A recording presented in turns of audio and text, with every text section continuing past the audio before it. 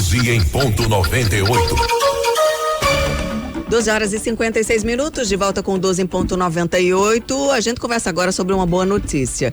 Completando 1 ano e 2 meses de sancionado, o novo plano diretor de Natal já apresenta resultados na sua revisão, que atualizou os instrumentos legais para o uso e ocupação do solo aqui na capital potiguar. Até o momento, a Secretaria Municipal de Meio Ambiente já contabilizou R$1 bilhão, viu, gente? Com B de bola, R$1 bilhão em investimentos previstos para serem aplicados em 58 empreendimentos, cujos processos de licenciamento já foram abertos.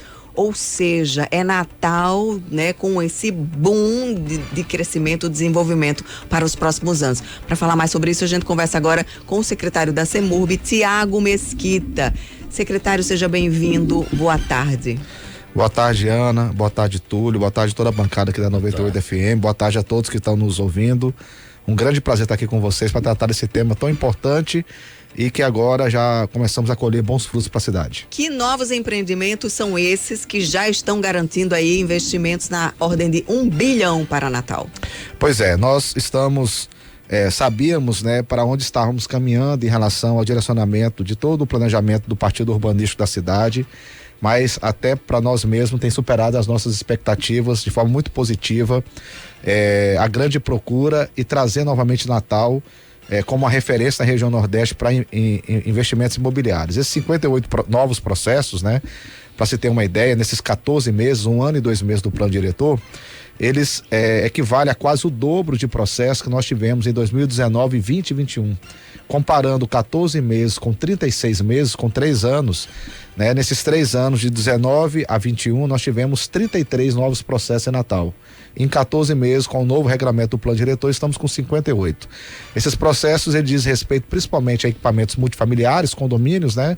Residenciais e muitos outros empreendimentos também na área de comercial, pequenos shoppings, a parte de uso misto entre esses multifamiliares e lojas, comércio também, porque esse é um dos incentivos do plano diretor, as fachadas ativas que proporcionam esse misto de ocupação entre imobiliário e a questão comercial. Secretário, um dos pontos polêmicos na discussão do plano diretor é justamente a via costeira, né? Porque nesse caso, naquela discussão, seria dividida por lotes, por pequenos lotes, para propiciar justamente esses negócios que o senhor está falando aí, restaurantes e tal. E depois agora a gente está sabendo que há solicitação de loteamentos, mas para condomínios, é isso? Uma coisa maior? Como é que está essa situação da via costeira? Não, a via costeira, até agora nós não temos processo regular, nós temos 4 consultas prévias, né? Só consultas. Só consultas prévias, que é, vamos dizer assim, um primeiro passo para quem quer investir. Há um interesse, e aí há um questionamento formal à CEMURB, apresentando um pré-projeto daquilo que se pretende fazer lá, com o objetivo de entender o novo regramento, as novas prescrições, né? Então nós temos uma consulta, por exemplo, de um hotel já existente querendo dobrar o número de leitos, exatamente, o tamanho. Nós temos uma outra consulta relacionada ao novo empreendimento hoteleiro. Nós temos um outro relacionado a esse misto comercial, bangalôs, algo extremamente... Condomínio residencial? Não residencial, não. Multipropriedades, né? Na via costeira não é permitido condomínios multifamiliares, residenciais. Quais são as regras para você conseguir investir ali naquela localidade? Só para falar do último também, da última consulta, foram 4. Isso, essa quarta foi exatamente esse condomínio de multipropriedades, né? O que seriam multipropriedades? Você compra frações de tempo para usufruir daquele ambiente que funciona como um hotel, né? Então eu compro uma, Túlio compra outra, a Ana compra outra, nós compramos uma semana para usufruir com a família lá. Isso é muito comum em Cancún, em Rio de Janeiro, em Gramado demais, aqui é uma grande referência nacional no município de Gramado, né? Você acaba... você alugar durante um período. Mas nesse caso, a multipropriedade, você realmente passa a ser dono daquela fração. Então, como o ano tem 52 semanas, você tem 52 avos daquela propriedade, né? Registrado em cartório. São 52 proprietários, né, que tem ali. Ou você pode também comprar 52 frações, né, mas obviamente o preço é bem maior porque você usufrui de todo um serviço hoteleiro. Então foram 4 mudanças que nós tivemos significativas em relação ao regramento urbanístico da via costeira. A primeira mudança, como o Túlio adiantou, a redução do lote mínimo de 20 para 2.000 metros quadrados. Né, isso vai proporcionar uma democratização do solo. Com 20.000 metros quadrados, só se viabilizava ali na via costeira grandes hotéis. Investimento de 150 a 200 milhões de reais e normalmente esse dinheiro vem de fora do país. Né, você acaba privilegiando investidores somente estrangeiros, né, a grande maioria, ou locais assim, muito reservados. Reduzindo para 2.000 metros quadrados, você viabiliza empreendimentos de 2 milhões, de 3 milhões, acaba incentivando também empreendimentos locais, né?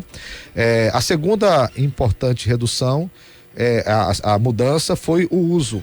Era exclusivamente turístico e passou a ser uso misto, né? Considerando apenas que não é possível condomínios multifamiliares, condomínios residenciais, apenas a multipropriedade.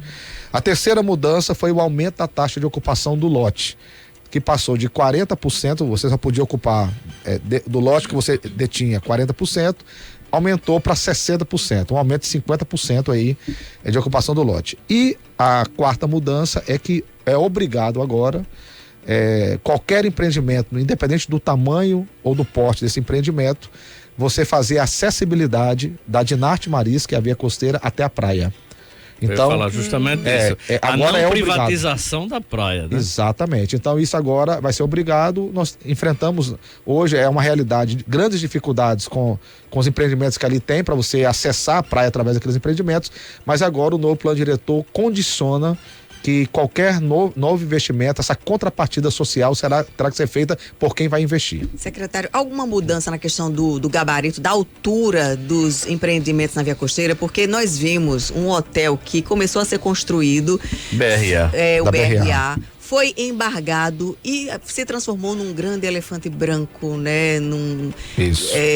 Enfim, é um prejuízo sobre todos os aspectos, prejuízo ambiental, prejuízo visual, prejuízo financeiro para a cidade e para os empreendedores.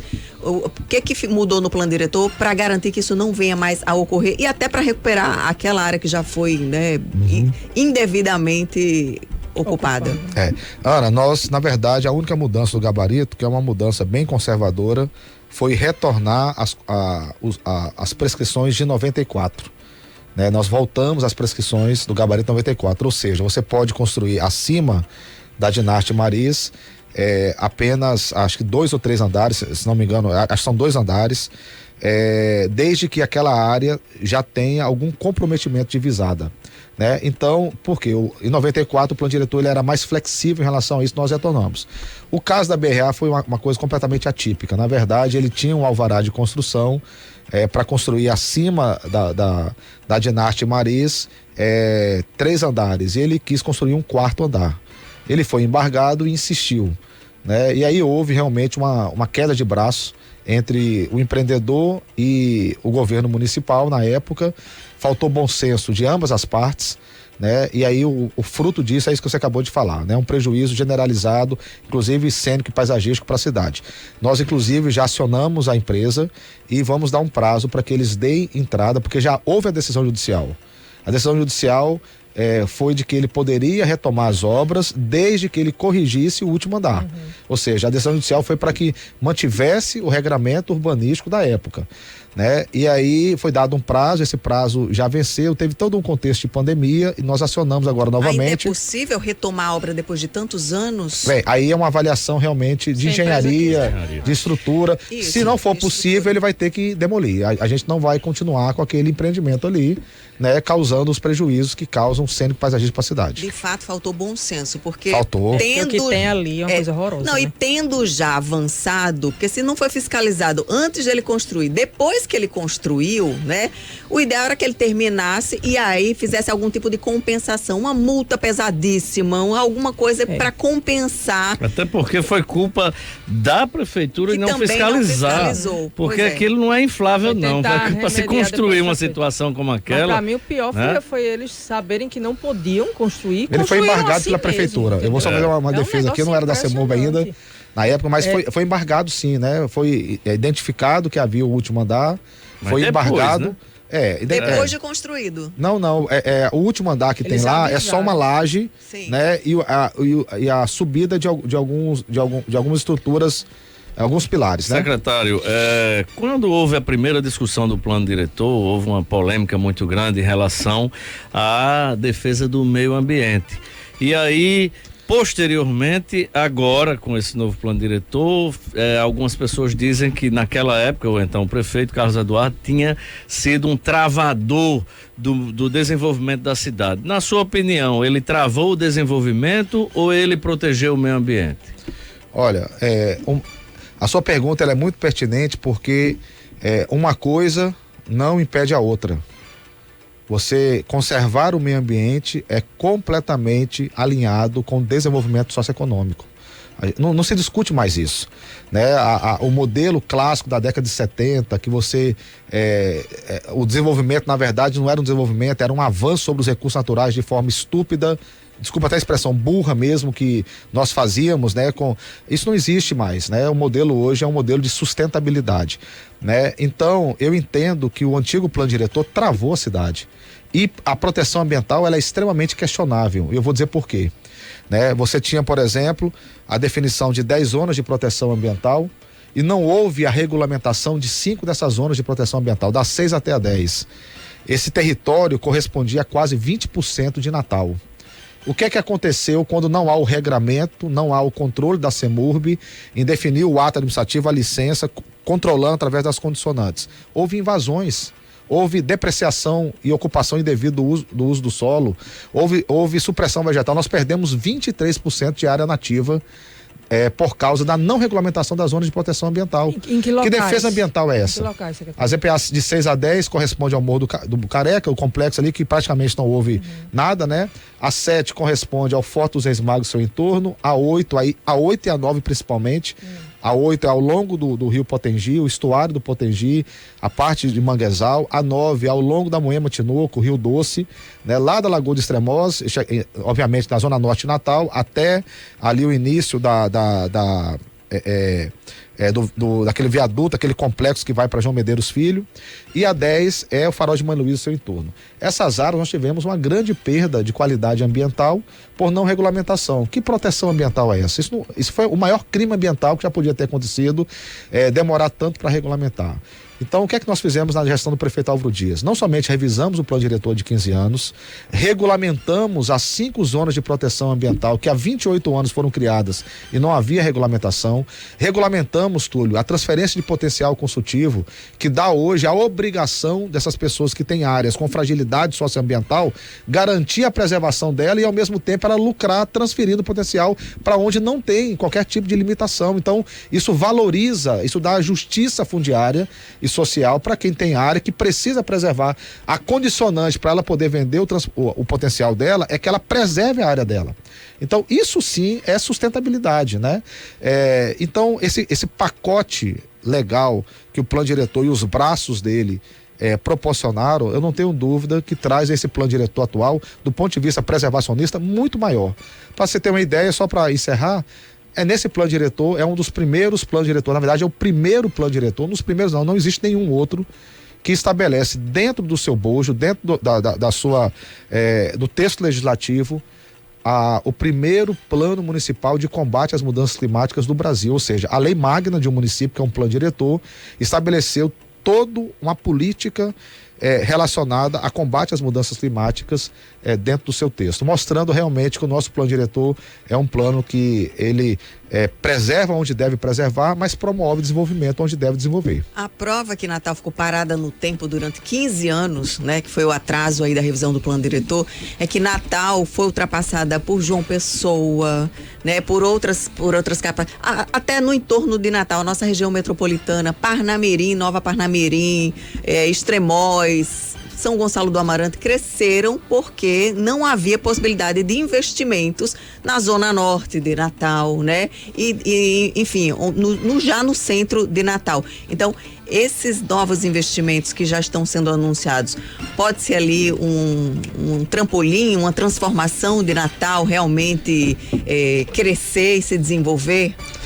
Deixa eu complementar a sua pergunta, Diana, que eu ia fazer já essa pergunta. Onde serão realizados esses 58 empreendimentos, né, que estão já com a verba garantida? 1 bilhão né? aí. Quando a gente fala 1 bilhão, quando a CEMURB abre um processo de licenciamento, o contribuinte é obrigado a preencher um requerimento. Um dos campos do requerimento é o valor estimado daquele investimento, né? É um valor direto.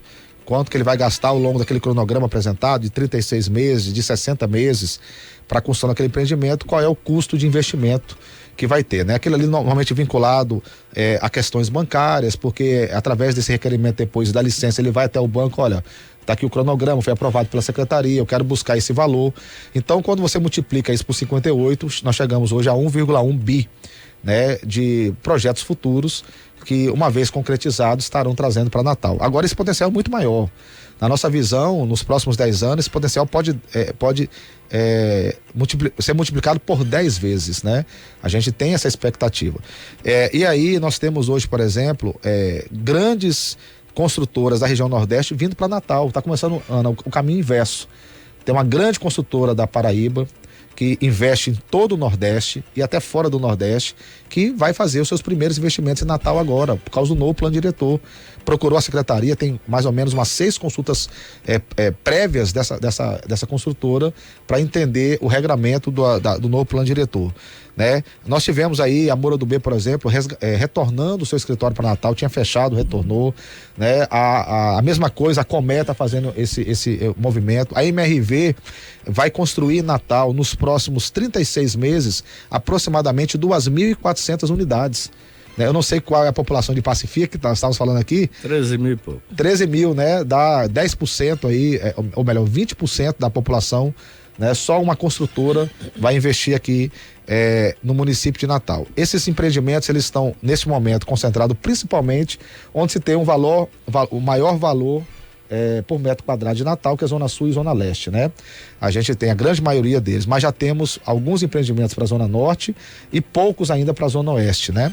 Agora, na avaliação da Secretaria de Meio Ambiente e Urbanismo, não vai existir outra região que vai receber mais investimento do que a Zona Norte, né? É uma questão de tempo, né? Desses investimentos iniciais, mas a Zona Norte hoje, o que fizeram com a Zona Norte também no plano diretor passado foi um grande crime, né? Condenar a Zona Norte a 100% dela ter o adensamento básico, né? Como se a Zona Norte fosse igual em todos os seus aspectos. Como a João Medeiros Filho, com aquela estrutura, com shopping center, com toda a parte de infraestrutura relacionada, fosse igual a qualquer outra região de bairro.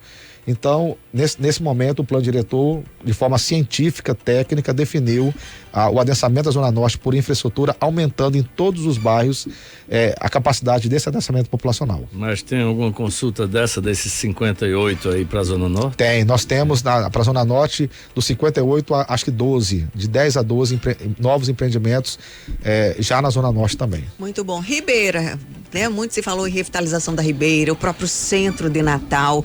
A gente vê aí em cidades, por exemplo, como o Rio de Janeiro, as pessoas não utilizam o centro apenas para trabalhar, mas também para morar. Então tem aqueles edifícios mistos, né? Você tem as lojas embaixo, em cima são edifícios residenciais. A gente tem previsão para isso também em Natal e tem já algum tipo de projeto para revitalização desses bairros mais antigos? Ana, a situação da Ribeira, Cidade Alta e até o Alecrim, né, que entrou dentro da zona, foi mapeada como zona de requalificação urbana, a gente vai ter que ter um esforço muito maior para poder recuperar todo o prejuízo acumulado, talvez das últimas 6 décadas nesses bairros, né? Já estamos com a política de requalificar vários espaços na Ribeira e Cidade Alta, né? A gente está fazendo investimento agora em toda a Avenida do Contorno, na Pedra do Rosário, né, na Tavares de Lira, que vai ter o acesso da população para o Rio Potengi, né, fazendo bares, restaurantes, trazendo novamente o rio para a cidade, né? Estamos fazendo uma requalificação em algumas praças na cidade Ribeira e Alta, na Rua João Pessoa, por exemplo, né, linkando lá com a Ribeira, fazendo um projeto que vai ficar só para pessoas, né? A utilização de boa parte da João Pessoa. E estamos investindo agora Já conseguimos algum desses prédios com a SPU, conseguimos com a Universidade Federal do Rio Grande do Norte. Há um projeto, né, e isso muito na liderança do prefeito Álvaro Dias mesmo, para a gente colocar secretarias do município lá.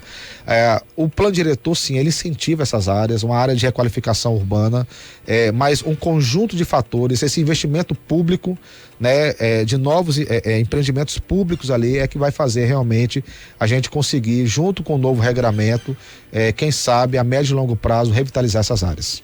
Secretário Tiago Mesquita, muito obrigada pela sua participação hoje aqui no 12 em Ponto, trazendo aí tantas informações importantes. Natal, né, voltando aí a ser menina dos olhos para o investimento, para o empreendedor, para quem quer investir aqui na cidade.